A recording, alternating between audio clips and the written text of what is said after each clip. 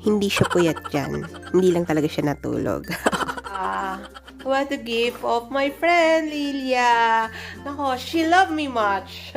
Really, she loved me much. And then, look what I found to my luggage bag, because this luggage bag, ito yung pinaglagay ng gamit na mga things na pinabili niya sa akin nung papunta pa lang ako dito.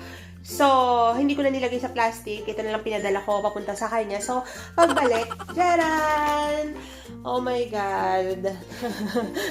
She loved me much. O, diba?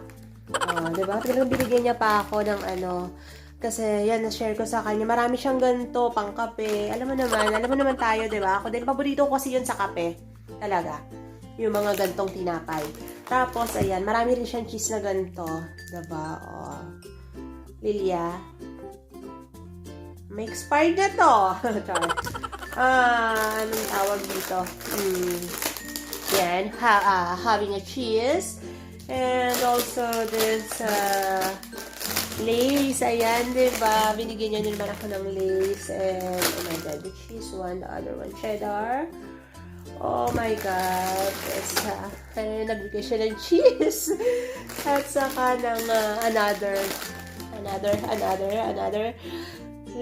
lace and the step. Okay? Yan, talaga nung love na love niya ako. So, samahan niyo akong i-open yung kanyang gift sa akin. So, this is it.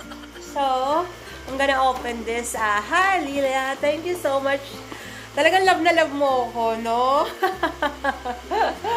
Ay, nako, thank you. And, you know, first time lang natin talagang magkita. And, I feel so comfortable with you.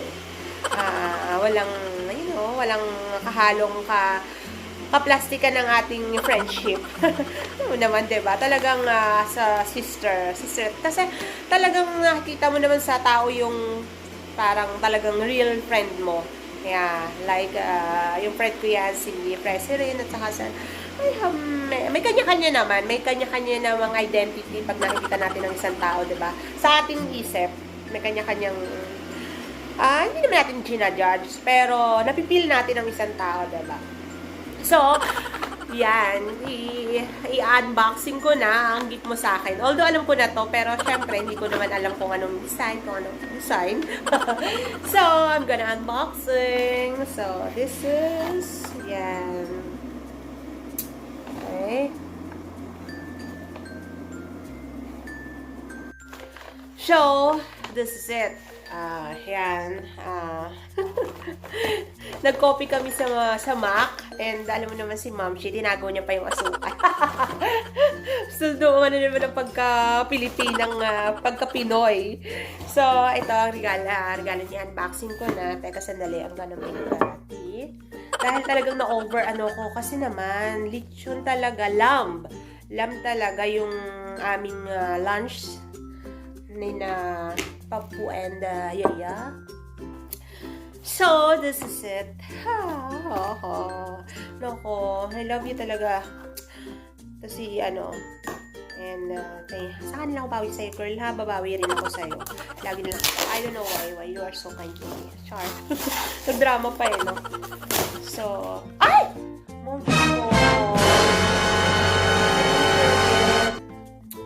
Oh my God, nasa bag ko pa rin yung cutics niya. Sabi ko, may bibigyan ko sa kayo. Oh my God.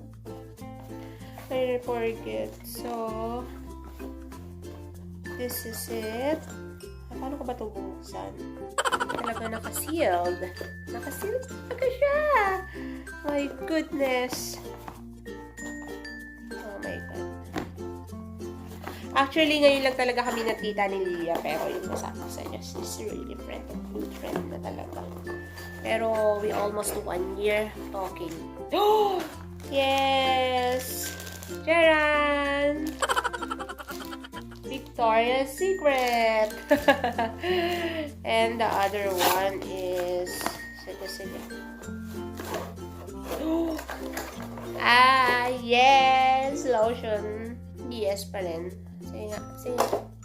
Actually, it's not surprising naman kasi tinanong niya ako kung anong gusto ko daw. Kung ano, kasi meron din akong ganito sa bahay, sa Pilipinas, pero iba yung flavor niya. Ewan ko rin din, pero, aray, kung tama. Kasi yung sa akin, sa, ano, wow! It's my idea! Kung makapagpabango, kala mo naman merong maghahag. Wow! Grabe! I like it! I like it much. Oh my God, Lily. Oh my God. Thank you so much, Pe. And, this one, Victoria's Secret. Sikreto. Alam mo, itong Victoria's Secret, pang honeymoon to eh. So, dahil wala naman akong ka-honeymoon, yung una na lang. Charot! Wow! So nice! So, yung ipan-lotion mo na lang siya ba? The best na mag-lotion dito is paggabi. Tapos, yung lotion mo na lang sa araw is yung mumurahin na lang. Pero hindi mumurahin sa akin yung lotion ko. Yung bigay ni Madam Damin ko. Ni Madam. Yeah, it's kind of, para sa mga, yung lotion is talagang para sa mga sensitive skin. Sa mga So, guys, nakita nyo yung dito sa akin. Hi, Lilia.